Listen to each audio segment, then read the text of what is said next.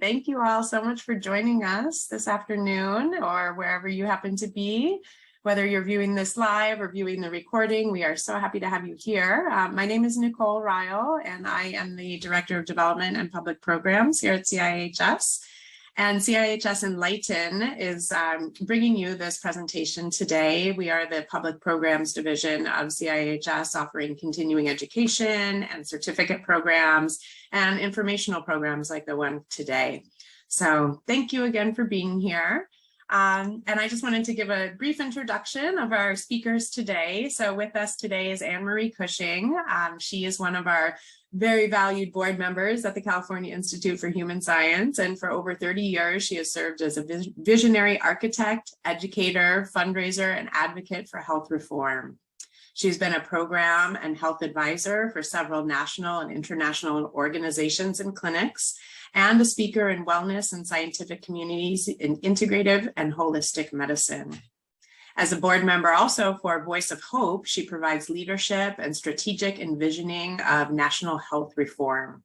She has served as co-chair of the Executive Committee of Board of Directors at the Open Center, and as a practitioner and former coordinator of the Sound and Music Institute at the Open Center, a holistic learning center in New York City. She earned a master's governmental administration in governmental administration from the University of Maryland, and she is a member of the Alliance and Holistic Chamber of Commerce in New York and California. So welcome, Anne-Marie. Thank you for being here. Anne-Marie's going to join me later after Shayne's presentation for a little bit of Q&A. And then Shayne, who's the star of our show today, Shayne McKenzie is the CEO and clinic director and training director for the Institute for the Study of Peak States, which is a global organization that has been researching consciousness for over 30 years. Shayne has been with the Institute since 2008, and prior to his work at the Institute, he had been an HR and talent management director, executive coach, and consultant to corporate and government organizations. His passion is supporting people to realize their full potential. I love that part of your bio, Shayne. And today, this is Healing the Root Cause. And we're basically going to get a lot of information about Shayne's upcoming course, and hopefully information that you'll be able to take home and use today, as well as give you information if you'd like to join us next week.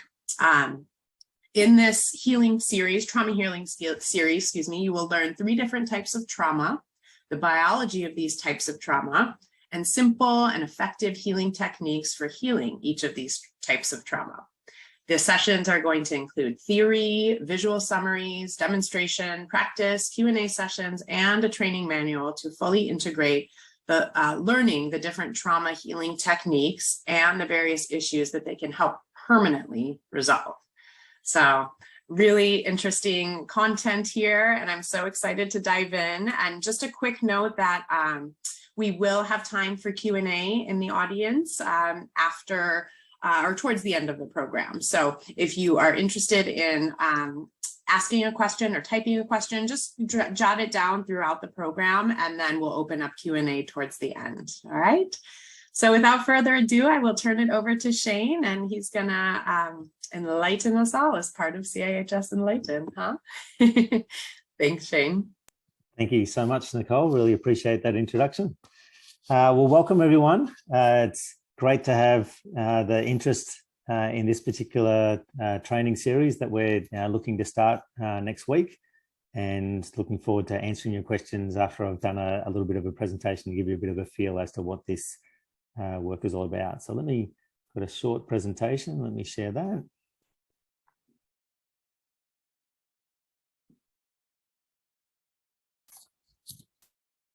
Okay, so given it's a webinar, so we can't actually see who's in the audience, I thought we'd start by getting a sense of who's actually here. So this training that I'll start running next week, learning about, as Nicole said, learning about different types of trauma, ways to efficiently diagnose what those different trauma types are, and therefore to work out which trauma healing protocol to use, and the different types of issues that it can help permanently resolve.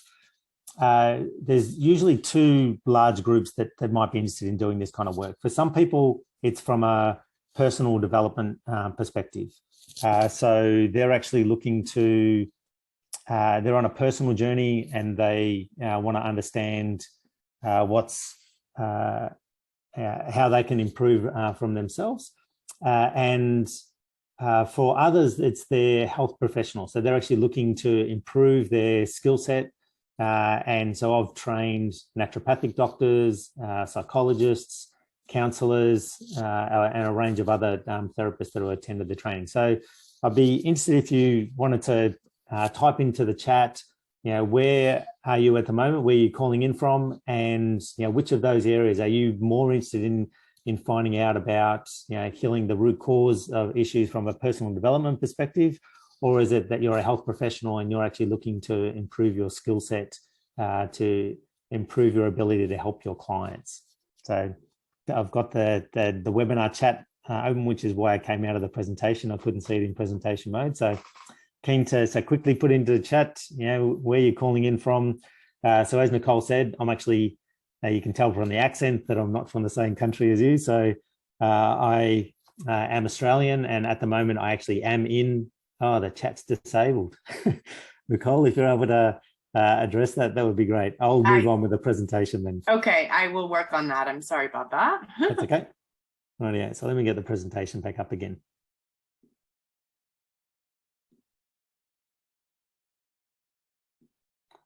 Okay, so key part of what we're going to be talking about today is a model to help you better understand what trauma is. And when we talk about trauma, we mean trauma in the broadest sense of the word, in not just, a lot of times when people think about trauma, it's, really, significant trauma that, might be like a PTSD or, abuse trauma or something like this. So this is trauma in a much broader sense of the word. So get a much better understanding of that. One of the things, I've been studying this for quite some time, been involved with the Institute for about 15 years. And it's great to see that trauma is actually much more talked about a lot more now. There's a lot more on trauma-informed care. So our goal around that is not just to be more informed about how trauma impacts people, but to actually then have really effective ways to heal that trauma so that it's not impacting the person anymore.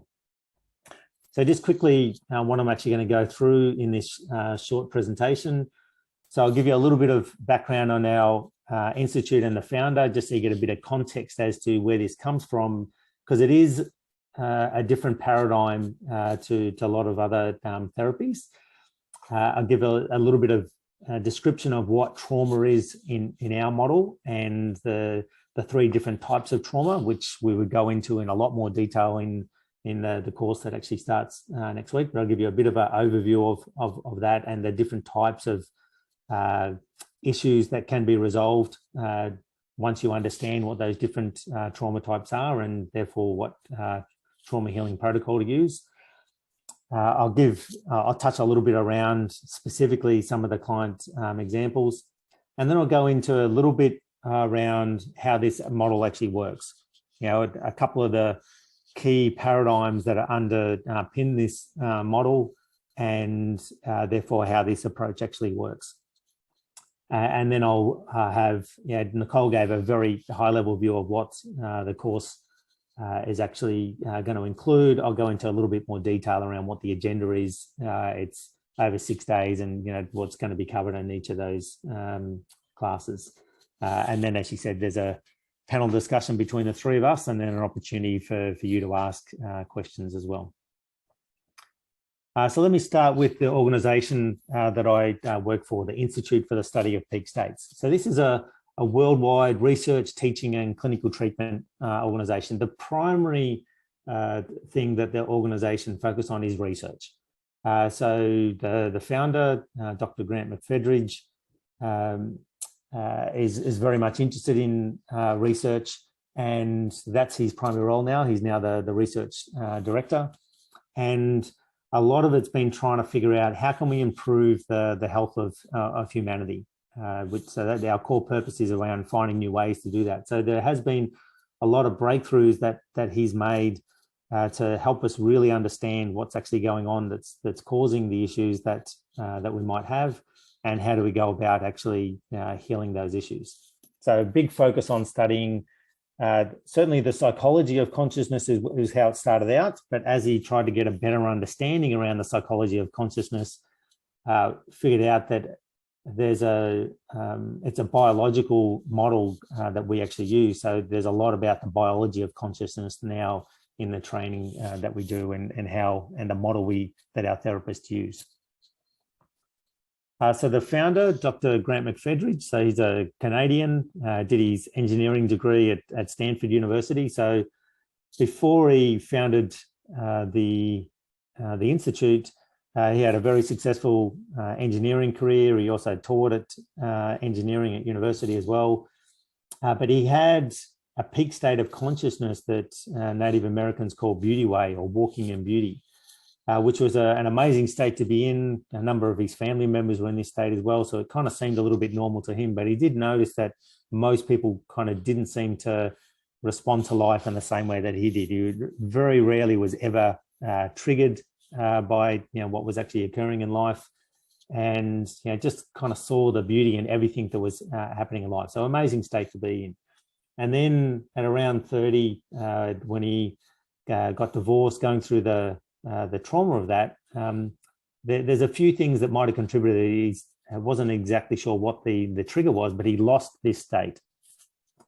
And as a teenager, he would participate in events where he'd be on retreats out in the wilderness, and people would do things that kind of might temporarily get them into something like this state, but wasn't a permanent way of being, and kind of toyed with the idea of, wouldn't it be great if everyone was kind of in this kind of state all the time? But it didn't become a key part of his life until he actually lost the state himself. Now, being an engineer, not many people would think like this, but being an engineer, the fact that he lost it for him was a good news, because that meant it wasn't genetic.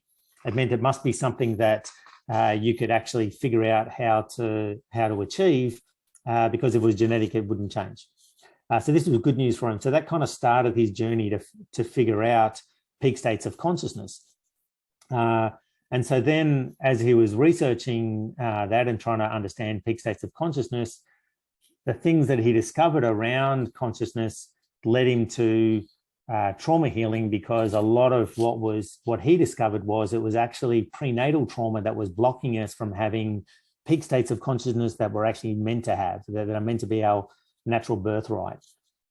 So he wrote a number of books, each one's kind of focusing on those different breakthroughs that he's made. So the first one, Peak States of Consciousness Volume 1, was predominantly about that key breakthrough that he'd made, that it's not that you have to do a particular practice or that you live a virtuous life. There isn't something that you need to do to get a peak state, which is a peak experience that you permanently have all the time. That is how we define a peak state. So there wasn't anything you needed to do. It was that trauma was blocking you from having what you should naturally already have. Then Peak States of Consciousness Volume 2 was going into a lot more detail to explain spirituality and shamanic states from this new model that he'd come up with, that was this biological based model.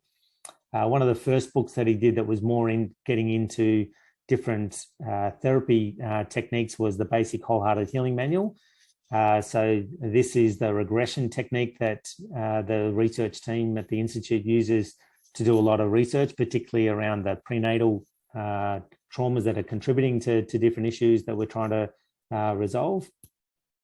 And then probably about 8 years ago, he published a book called Subcellular Psychobiology. And so this is very much talking about the biology-based model that underpins a lot of what we've learned from a therapy perspective around what are the things that are going on at a subcellular level. So within, in our model, it says a one single cell, and how we're experiencing that in our body, which actually helps us diagnose. And then another book that he wrote, Silence the Voices, his dad actually had schizophrenia. And so Silence the Voice was both a personal journey that he was going through to help his dad heal schizophrenia, as well as the research journey of breakthrough failure, breakthrough failure, breakthrough failure, until he finally came up with a stable approach to be able to heal schizophrenia for his dad, but also to discover that what the underlying cause of that was actually similar to the underlying cause of the kind of mind chatter, the monkey mind that all of us have. It's actually biologically similar. Obviously, a big difference. There is a key difference between schizophrenia and that, but at an underlying biological level, there was a commonality between that. So pretty much anyone could benefit from the discoveries from that book. So let me talk a little bit around what we call trauma in our model. So as I said, it's trauma in the broader sense of the word, so not just post-traumatic stress disorder or PTSD. So any time that you're not calm, so most of the time when we're experiencing an emotion, if you were to focus on your body, you wouldn't be physically calm underneath that. There are some times when you would be, a loved one passes and you feel, sad and you're grieving.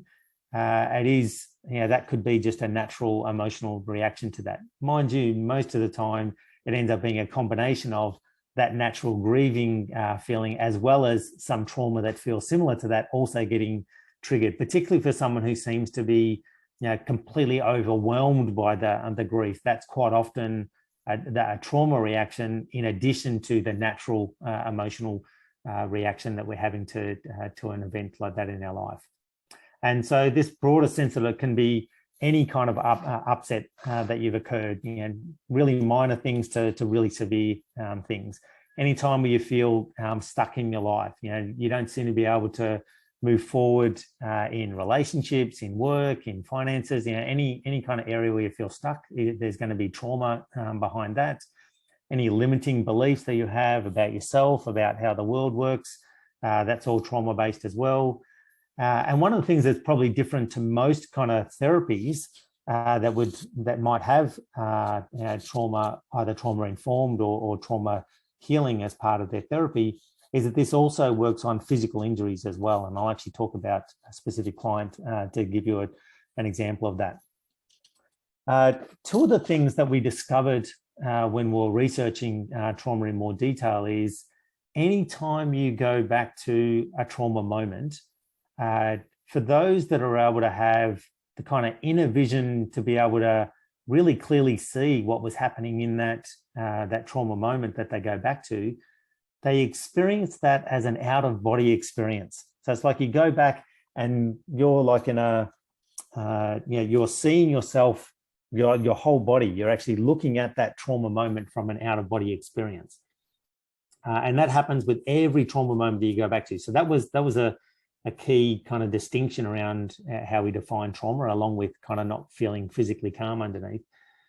And trauma in our model is a frozen moment in time. So what that means is you might have gone through a traumatic experience. So let's say you're in a car crash. And so initially the traffic ahead of you is stopped.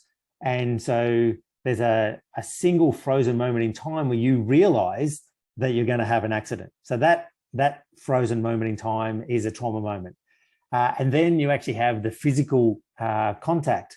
And so there's both physical injuries and emotions you're feeling in that time, and decision that you've made around what's happening in that moment that we call the trauma phrase. That then is a different trauma moment, still part of the same kind of trauma experience, but that's a different trauma moment. And then maybe you're kind of lying there waiting for help, and you're thinking certain things or feeling different emotions. That would be a different trauma moment. So each of those in our model are different trauma moments. And when you get to learn about how the full model actually operates, understanding that each of those things are different traumas is important to be able to work out how to heal each of those moments. So from a consciousness perspective, there's a few things that are going on at a mind consciousness, heart consciousness, and body consciousness. So that in that trauma moment, there is a decision that we make. Someone shared around, they went back to a trauma when they were about 9 months old, and their father was violent and actually was hitting them because of a mental health issue as a 9-month-old. And when they went back to that moment to kind of figure out what was going on to be able to heal it, they noticed that the trauma phrase, the stuck belief, the decision that they made in that moment is that they couldn't trust women, which initially kind of didn't make sense because it's his dad that's actually hitting him, right? But from a 9-month-old perspective, his expectation was that his mum would actually look after him. And so the decision that he made in that moment then is that I can't trust women because he was expecting his mum to look after him. Now, that's all trauma-based. Like you can kind of get why a 9-month-old would make that decision. But then as a 9-month-old, that decision then impacts the rest of his life because that same trauma, anytime he's in a similar situation, not necessarily getting physically hit, but anything that kind of triggers that same emotional reaction that he felt in that moment has him unconsciously and maybe sometimes consciously, that stuck decision, that trauma phrase of I can't trust women come up. And so it obviously has an impact on the rest of his life until he heals those kind of string of traumas, those connected traumas that all feel the same. They get triggered in a particular environment that feels similar. And so that's an example of how an earlier trauma moment is connected to a more recent trauma. I talked about the out-of-body experience that we have. It's actually our heart consciousness that stores that out-of-body experience image. So there's a gateway structure within the cell that when we put our awareness into that gives us access to that image for those that have that visual ability, that perception to be able to see that. And usually there's an emotion involved, and naturally the heart consciousness is also the one that's kind of storing that emotion that was happening in that trauma moment. And then the body consciousness is obviously storing the physical sensation, the injury, the thing that actually has us feel not calm and is a really good indicator that it's actually a trauma moment that we're experiencing at the time. So that's how we think about trauma in this model. And there are 3 different types of traumas that this course that starts next week will actually go into a lot more detail. We'll just give you a little bit of a high-level overview of these 3 types of traumas and the type of issues that they might cause. So the first one we call a biographical trauma. So this is a trauma that you've experienced in your life. So this is typically the kind of trauma that most people would be thinking about. One of the things, so the 2 kind of very broad categories are, there's a stuck kind of limiting belief that's happening in that moment. So that's that trauma phrase, that decision that we've made in that trauma moment that then kind of impacts us in the future as well. So any limiting beliefs you have about yourself, you've got low self-esteem or, limiting beliefs around money, relationships. One of the first things we work on in the training would be around any limiting beliefs you have about healing. If you think healing is meant to be slow and painful, that's a belief that you probably want to heal so that you can actually experience healing that can be really quick and not as painful.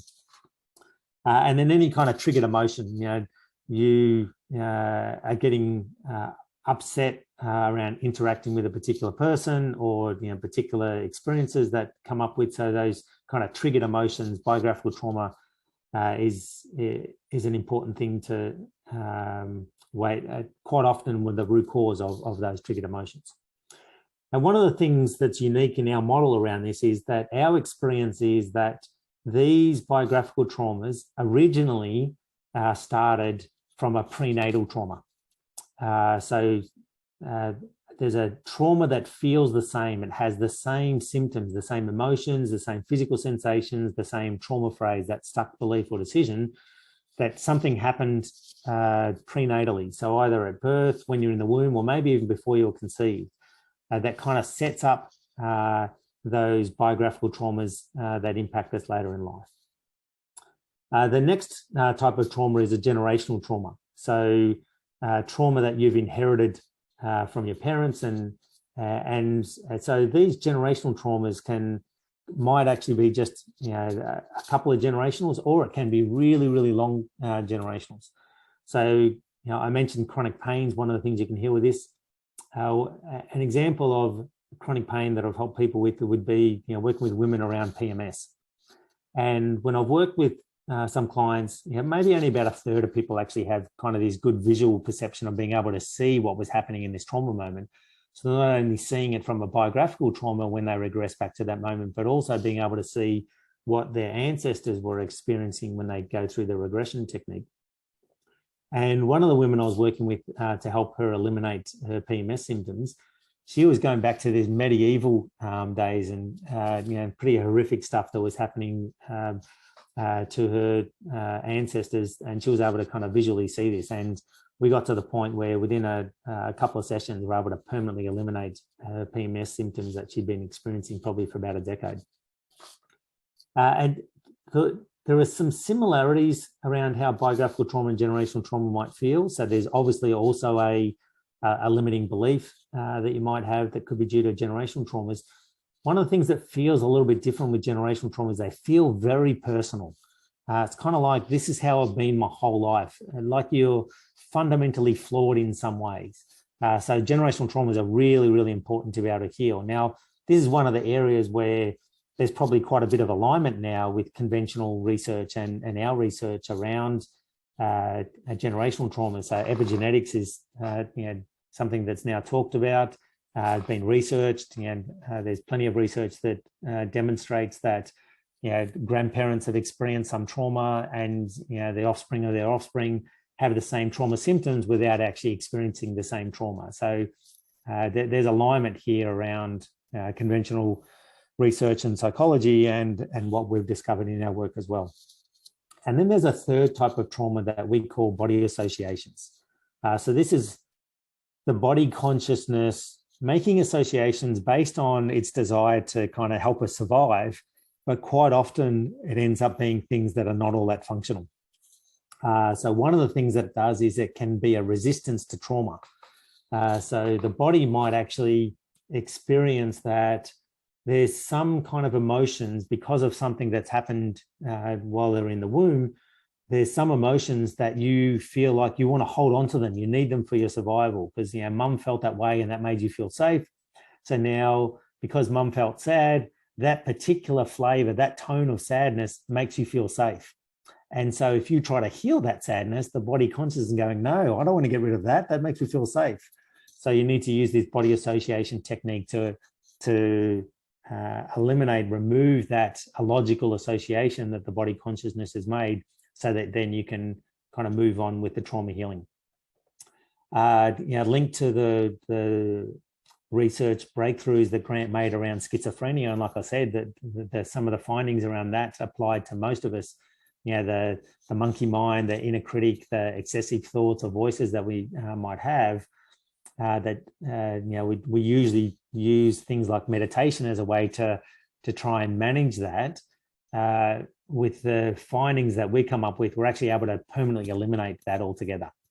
So when I meditate, it's possible for me to not hear anything at all. And not just me, anyone who's used our techniques, learned this training, is able to, those thoughts or voices that they would have, the inner critic, and now permanently gone. So you can imagine how that makes a big difference. This can also be used for allergies and food sensitivities. I remember someone in our training had a wheat sensitivity, and she was bringing her own, all of us were using kind of shared meals. We were actually doing this training in person, and she had her own meals she was bringing along because of this wheat sensitivity. When I came to doing a demonstration around this, she was our demonstration client. And after training, she reported that she no longer has any of the symptoms that she was having in response to actually eating wheat anymore. So it can be used for a range of allergies and food sensitivities. Also for cravings, certainly from an addiction perspective, whether that's kind of a hardcore addiction, as well as the addictions that many of us have, maybe around chocolate or sweets or savory stuff, and can work for that as well. And also dysfunctional attraction as well. So kind of link back to what I was talking about before around, we kind of have this feeling of an emotion that makes us feel safe. If someone is radiating that same emotion unconsciously because they make us feel safe, even though consciously we might feel like this person's not good for us to have in our life, we tend to attract them into our life because unconsciously they're radiating that same emotion that makes us feel safe. So you have a pattern of continually attracting the wrong kind of partner, could be because of a body association. So that gives you a kind of bit of a sense of the different types of traumas and the issues that they could be contributing to. So one of the very first, I'll just give you one kind of client testimonial around this, because like I was saying, most of the time, we expect therapy to be able to address kind of self-esteem, belief issues and emotional issues, but not always expecting it to address chronic pain issues. And this woman that I worked with, this was my very first pain client, so nearly 15 years ago now. And she'd had chronic pain for about 10 years. She had a cracked vertebrae. So there was a logical kind of conventional medicine reason why she was having a chipped vertebrae, a logical reason why she was experiencing this chronic pain.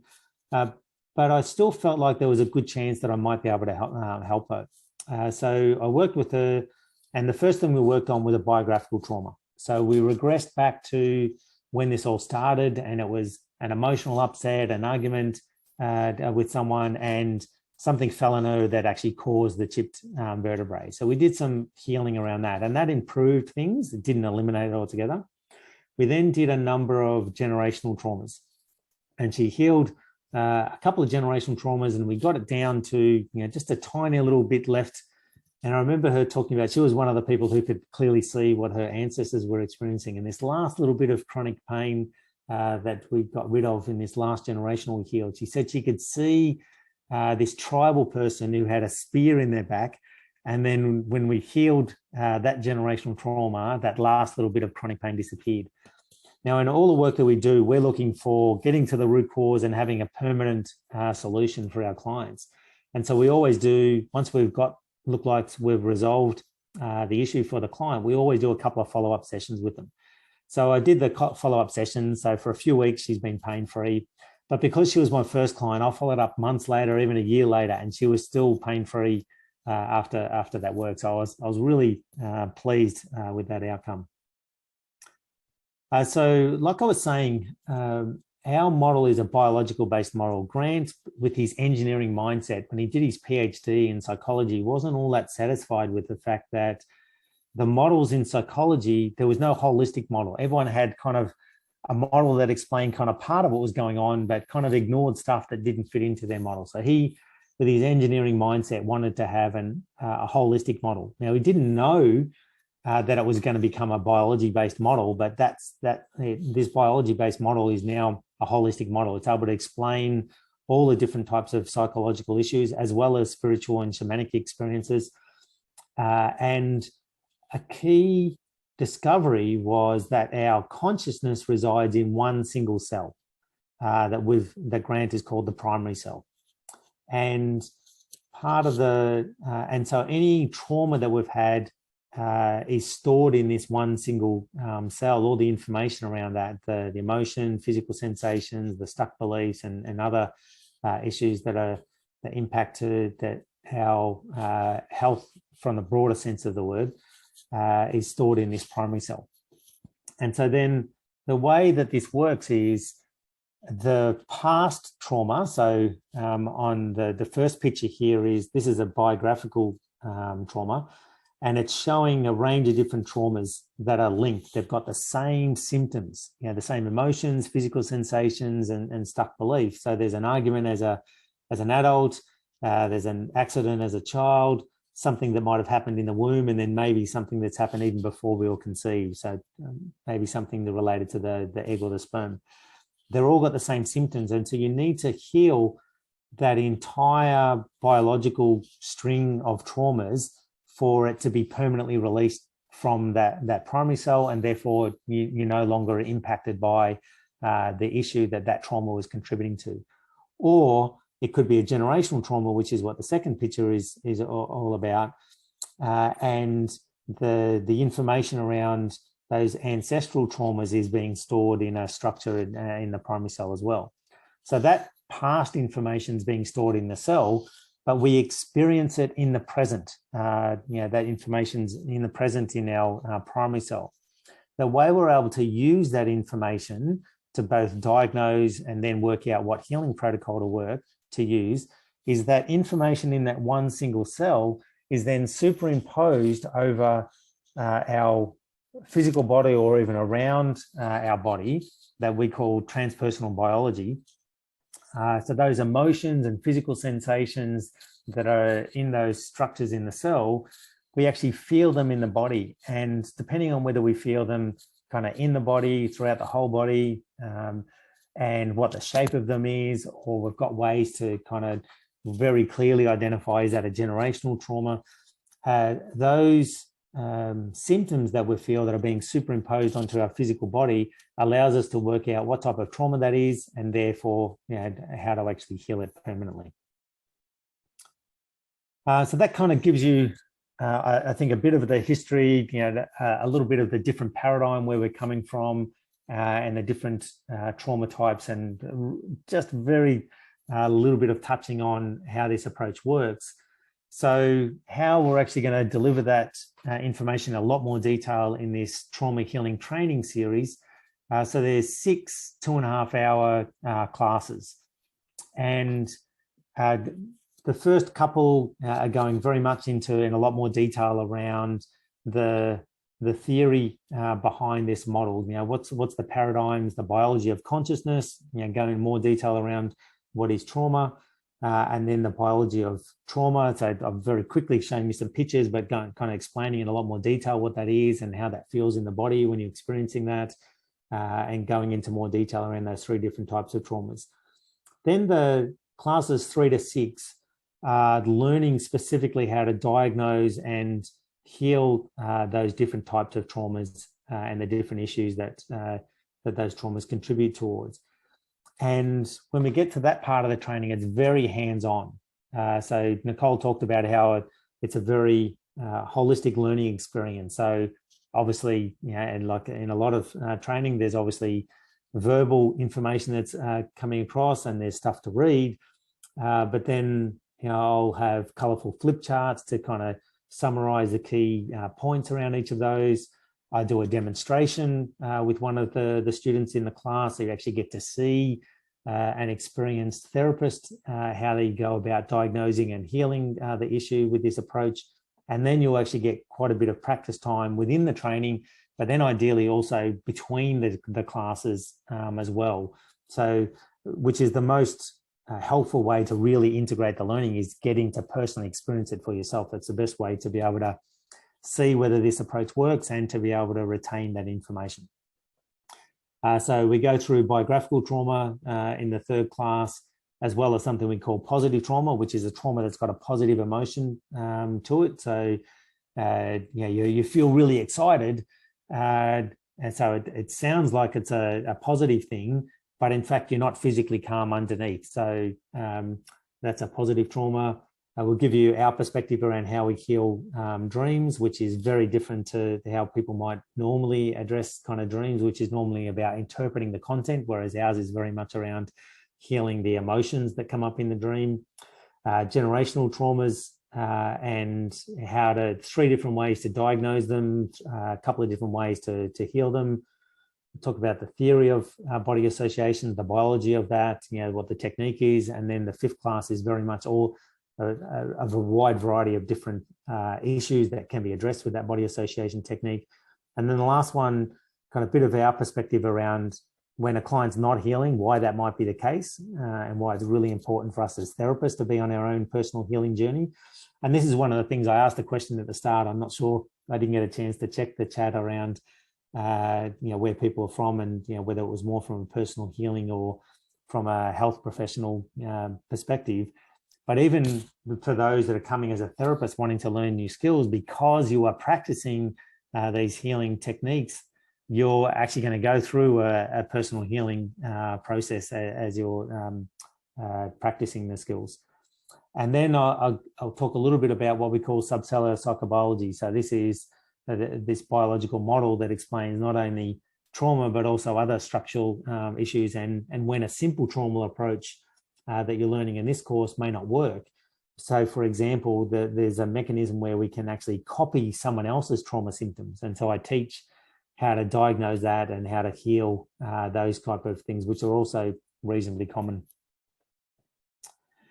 Okay, I've got a few testimonials here, and probably maybe too much information on here, but for students who have done this kind of training in the past, the key kind of things that really stood out for them were, one, getting, while you're learning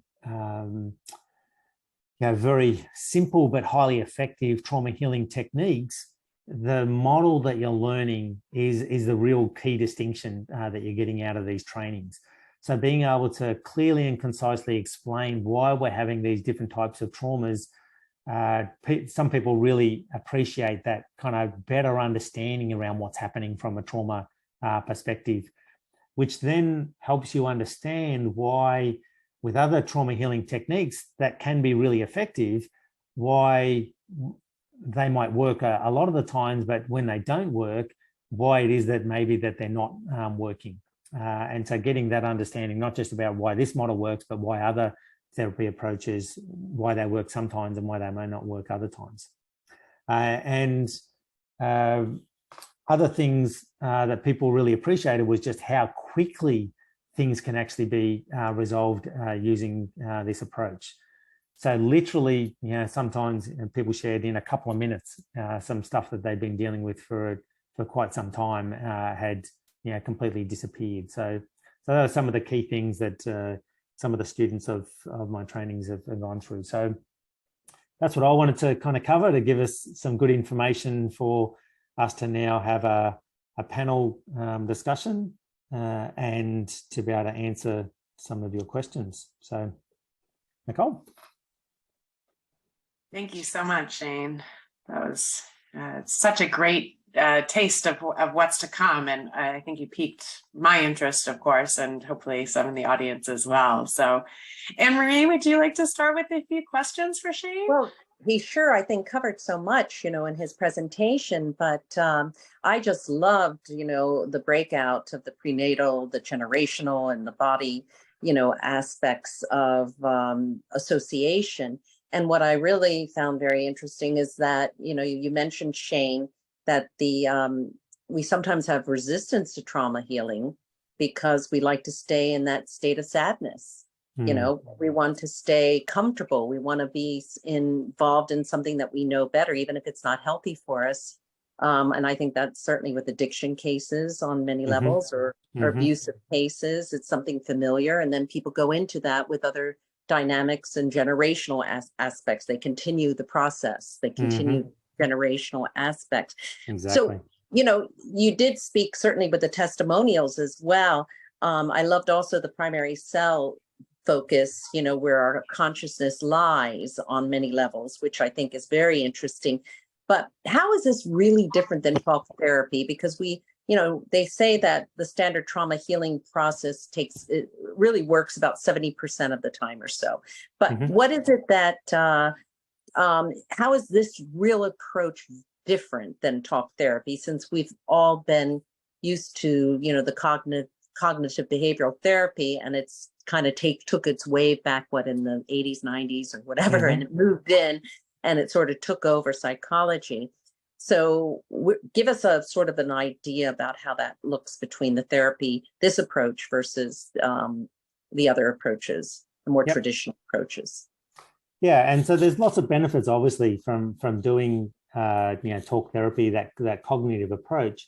The key thing that's different is what you're typically learning in talk therapy is becoming more conscious of what's actually happened around that trauma experience. So to notice that you might get clear around what that decision was that you made around that trauma experience, and that wasn't necessarily the truth. So that kind of helps you to have some distance from that and cognitively understand that that's not true, and maybe come up with some effective ways to kind of manage those symptoms when those trauma symptoms are getting triggered. So it's actually more around how do you manage the symptoms. Whereas in this approach, because we understand now that it's actually this information is stored at a biological level, and there are trauma healing approaches to be able to release that permanently from the body, it's actually getting rid of the issue altogether. So then there's not trauma symptoms to actually manage over time. That particular issue that was driven by those particular traumas in the past are now gone. So that's probably the biggest difference between talk therapy and trauma healing approach. And does this, and why would then somebody say, well, I'd like to study this versus that? And what is it that they see in it? Is it sometimes expediency in terms of the results? Is it something that they feel that was left out, that we did not focus enough on either prenatal or generational, well, generational perhaps, but more prenatal and this more of the primary cell aspect? What is it that you feel that many of the students have said that they, have come in your direction to study? Yeah, naturally, a key thing that drives someone in the health profession is they really want to make a difference to the clients that they're working with. And so that can, so the two, I guess, key benefits that they see from using this approach is, one is that they might feel like there are some things that they actually haven't been able to help them with. Either they weren't able to resolve the issue at all, or that it seems to be taking a long time to actually finally help them resolve that. So it's both the ability to help with more issues than they would have been able to with the modalities that they'd learned up until this point. So there's more issues that they're now able to help their client with. So things like physical injuries, or the cravings, or the resistance to healings, things that they wouldn't have learned in other models. So now there's more they can help their client with, but also the efficiency and being able to help them much quicker, so that you don't. And I guess one of the other things that's also different around talk therapy and this approach is, when it comes to those trauma moments, the healing protocols that we're using, because you're just focusing on the symptoms, you're typically not going back to the trauma moment and reliving that experience. You're actually more looking at, how is this impacting me in my current life now? So it might be, say it's a relationship issue. You go back to a recent time in a relationship where you were triggered.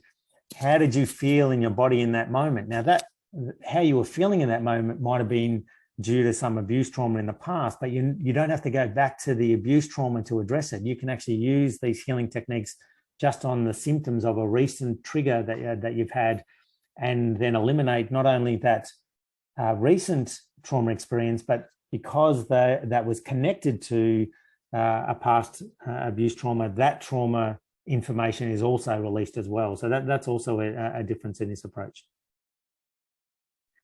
Yeah, I also, I like the fact that you mentioned that you also focus a lot on the, not dreams, but you talk about the emotional aspect of dreams rather than, just your dream, which often people will go to therapy and they'll just tell the dream, but there isn't always, the more in-depth aspect of the feeling of it.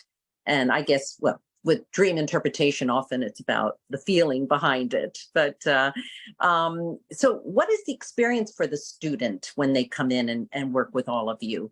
What do they come out? I mean, you have your beautiful testimonials, but what is it that they're finding in this method of teaching that they give us an example of what kind of teaching experience it is, and how their students receive this kind of teaching experience? Yeah, so Nicole touched on this a little bit, and I did touch on it a little bit as well, but I've been facilitating workshops and trainings for almost 30 years now. In my corporate background, there was quite a bit of training involved in that as well. And I've been really fortunate that there was a number of really skillful facilitators that I got to work with. And so I picked up some great tips and techniques from them. And so one of the reasons why I talked about, I've got colorful flip charts, and there's a lot, you're seeing a demonstration and very hands-on experience, getting that whole range of experiences. So you're getting, depending on what your learning style is, whether it's visual or auditory or kinesthetic, I'm using all of those different learning types so that everyone gets to have that experience.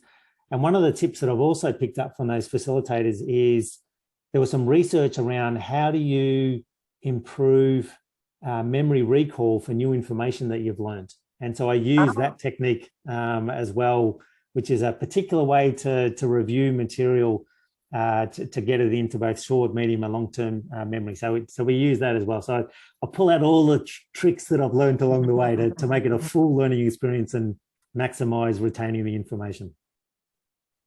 Well, a lot of synchronicity there, synchronicity learning, which is really the future of learning and the future of teaching, which is wonderful.